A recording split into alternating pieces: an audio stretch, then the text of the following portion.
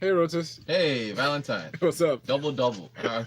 Happy is it Workers' Day? Happy Workers' Day, Yes, my indeed. Yes, brother. We indeed. have to ask ourselves because we have a lot of holidays. Yes, and it's affecting productivity. But Thank hey, you. See, I was going to ask, you how does know, it affect productivity? But then again, business as Easter usual. exactly. Easter holiday, May Day. There's a And couple before we recover, I hear Eid another L Eid something something coming coming up. up. It's costing us money, yo. Oh, like mine, sir. Let's Heavy. share our thoughts together, Lagos. Contribute to the show by sending us messages through WhatsApp 0809 That is 0809 We're on Twitter. Use the hashtag Business Express 91. Thank you. So April, the nasty drop yesterday, 1.2% is where the market dropped. So April ended up in the negative zone, down by 4.4%. So as far as the market is concerned, year to date, market is down by 7.2%. I think Caverton was our top gainer yesterday. The helicopter firm Qtix was our top loser. In fact, market cap, I think we're under 11 trillion now, about 10.9 trillion naira market cap. So market's still struggling, but we push on. There'll be of course, no market trading today because everybody is off. And why is everybody off? Because it's been Workers' declared. Day. Yep, Workers' Day.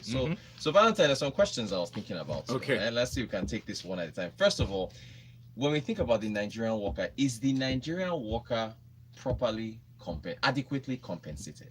I doubt that. Right, because it depends on the sector, yeah? Yes. You can look at oil and gas and say they're well compensated there. Relatively, but some of them Relatively. still have complaints here Yep, and there. they do. And so some of these are hinged on best practices and the application of those in worker or labor laws or anything like that. Right. And then some people have issues with workers forming unions. Aha. So there's restrictions placed on that. That's so another one workers again. may not have as much freedom of speech to lay their complaints Right, to the right. management. So and if you take oil and gas, you have to ask yourself, how many jobs does the oil and gas sector produce? How much does it contribute to GDP? But then move over to the medical side of things. Yes. Right.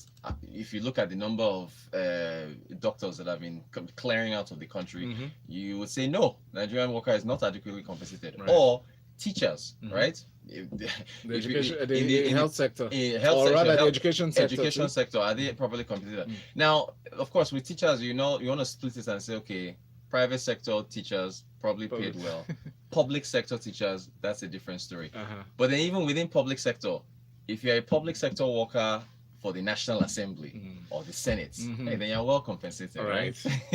you're very These well are those who are working in the ministries, the real civil servants. Exactly, right? So it's something when you're mind-boggling. On a day like this, you want to sit back and think about it. Is the Nigerian worker appreciated? That's another one. Are we appreciated across the scope of the country? Are we appreciated? That's another thing to think about. And then you've already mentioned it with holidays. Is the Nigerian worker productive, Valentine? Are we productive? Now that's the real question, because when it gets to that conversation, people would say, no, do not apply the measure you give, the measure you receive. Right. Philosophy. But then again, well. Is the Nigerian worker as productive as should be? Exactly. Because I understand that at the times, at different occasions where I've had to interview people, employees, yes, or people who are applying for jobs, I found out that we have more talk than action. So, by the way, speaking of employees, I saw an account on Instagram. It's a news account. They curate news. Yes. And they were celebrating their CEO recently about his birthday. And the guy looks like you. Yeah. He does. I know. I've been told. There are people providing jobs in this country. Anyway, well done to that guy. I was surprised. So let me ask you when I see you. But good question. Are we productive, right? Because yesterday on Business Hub, now we had this entrepreneur who is working in the healthcare sector, and so he's trying to digitize hospital records in order to make them more efficient. So we're asking him, Como, doesn't this mean that if you are digitizing hospital records, won't that cause a loss of jobs for some people in healthcare? And he was like, look, yes, because he's visited a lot of hospitals in the country, trying to market his business and get them to, because you go to your hospitals for your records, they'll spend like 20 minutes going to find your file. So he wants to digitize all that by introducing software. He said, look, I've visited many hospitals in this country, and you just see staff sitting around. Yes, doing nothing. Doing nothing. And Even- it's not the hospitals though. And it's not just because it doesn't necessarily mean that there's nothing to do. Right. You know, the patients will probably be there working. Right. And they'll create some cloud, some mysterious delay. Exactly. You know, like as if there's something going on, but nothing is happening. Nothing's happening, and it spreads other areas again where it just seems like they could be more productive than they currently are. You know, there's also the issue of whether or not some companies are, you know, instilling effective ways of work that can make their workers more productive. So that's another question. Well, I was going to ask if they are innovative, but innovation, productivity, maybe you can say that they're tied together. Yes. And then you've already mentioned it. So so with the unions thing, Yes. with unions that are protesting the removal of fuel subsidy, would you say that they are working for the interest of the worker? But then if you now turn that around and think about how much government is spending on the same subsidy, is that also helping us? So that's another. These are the kind of things I hope we think about on Workers' Day. Although we deserve the rest. But the real question is, how much do we think about? Right. Do we think? I want to just look. I'm in bed now. I want to sleep. I don't know if I should be wondering about. That's public holiday. Yay! Exactly. Let me go and sit down. Although the lack of traffic today was sweet, so. Yeah, it was. It's always very appreciated. Public holidays. That's one of the high points. Exactly. So for those of you, you know, taking a rest today, just a number of things to think about. Properly compensated, properly appreciated. Are we productive? Are we innovative? A number of things to think about with regards to work. I don't know if you guys talked about this on Freshly Press yesterday. The new population figure from the United Nations. United Nations population fund. Yes, 200 million. See, it said 201. 201. Yeah, excuse me. But the steers though, they released. Although they tweeted out an article they wrote back in 2018 while this talk was going on. They're like. The headline of the article was Nigeria does not have 180 million people, right? So they were doubting it at that time, and they now tweeted it again when this 200 million figure was dropped out, because they're like, look, the United Nations is using the United Nations said that we've been growing at 2.6%. That's the population growth for the last 10 years. Yes. But they're like, for you to make a projection that we're at 200 million or we're going to get to, I think you said 300 and something million if you end up 10, 20 years, 30 years or so, your projections have to be based on existing statistics. Yes. And we haven't done a census since 2006 or so. So they're like, even your own projections that you are making, are those projections even accurate? They now quoted The Economist. The Economist had one article about Nigeria saying Nigerians don't know how many they are. We have no idea. We just make estimates, make business decisions on those estimates. Thank you. It's those business, exactly, right? And then they now talked about the political side of it, how certain states want to, because of allocations or House of Reps when they're running for elections and the amount of representation they get, how certain states, they were talking about Lagos and Kano, how Kano thought they had the highest number of highest population as far as the states. Lagos disagreed, now did its own population count, increased it. This was back in 2006 or so when Lagos went from 9 million people to 17 million or so. So there have been all types of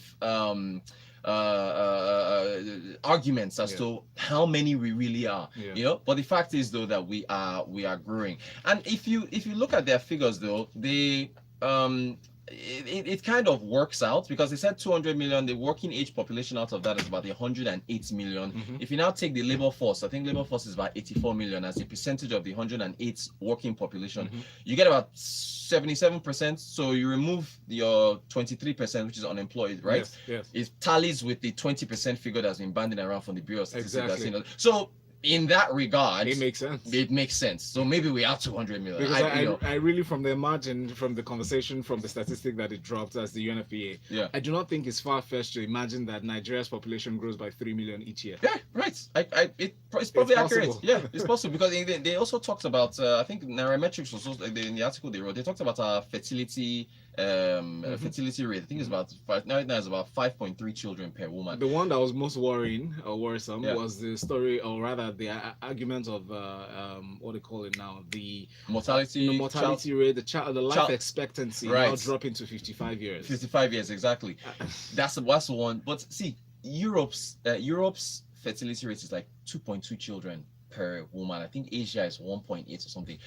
think about it, even at 5.3, women, children per woman is still very high, you know. So so in that regard also, you can make the argument that look, we're still giving birth at high rates. It's still affecting population, and then there is the negative connotations of this, the pressure on welfare resources, the pressure on infrastructure, the economy. Yeah, exactly. Even though you will see a large population means that foreign investors are like, I can sell goods to a lot more people. How many of those people can afford it? So again, we need to do a census. They say, where's the money now? They said the amount of money it costs to do a census is 270 billion. Yeah. It's a lot of money. But we need to do a census. That's against the economy of today. Yeah. What happens if the Naira is further devaluated? What happens? If the Naira is further devaluated, what do you think happens? It's more expensive. Look at the minimum wage. In 2010, when Jonathan increased minimum wage to 18,000, at the time the Naira was 150. So you got $102 or so.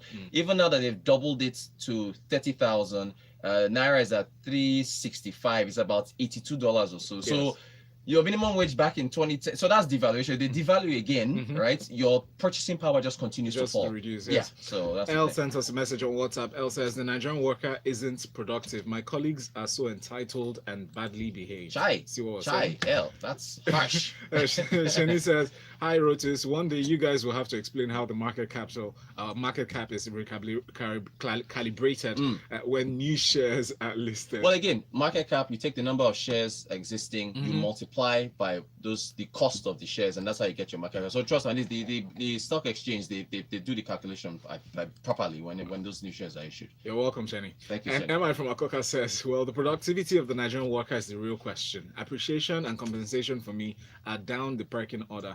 If you give me a huge ROI, return on investment as a worker, I will reward that resource and even buy out a cinema hall for you and yours to watch Avengers. Business is too emotional here. Thank you for your message. And then Yinka says, until we understand the link between time, that is man hours, and money, the Nigerian worker will never be productive or understand the concept of productivity. I remember when I went to school to get my transcript, a professional exam and writing. I remember they made the system unnecessarily difficult in getting these things. At this time and age, Lautech still employs paper processing. When my friend at the University of Sunderland was in Nigeria and he just went online to his school portal and got his transcript printed out on the spot. Now that is productivity in 30 minutes. Good point. But when you have factory workers, primary school teachers leading the Nigerian Labour Congress and all that, what do you expect? No disrespect to this category of workers, but what you sow is what you reap. Like I said earlier, lack of understanding of time and money is why we can allow people burn man hours at fuel stations during scarcity. Solid points from our listeners there. Thank you, Yinka. Solid. And Goke from UK, thank you. Sending in this final message for Business Express. Majority of Nigerian workers are neither productive nor innovative. They are so busy lamenting over the economic woes. Oh, wow. Not a good picture there. Goke from the UK, thank you so much. Yinka, MI, Sheni, everybody else, thanks for your messages. We appreciate it. Let's do this again. Join the conversation on social media. Tweet at Rotus at Rots and Quotes. Yes, indeed. ROTANKWOT.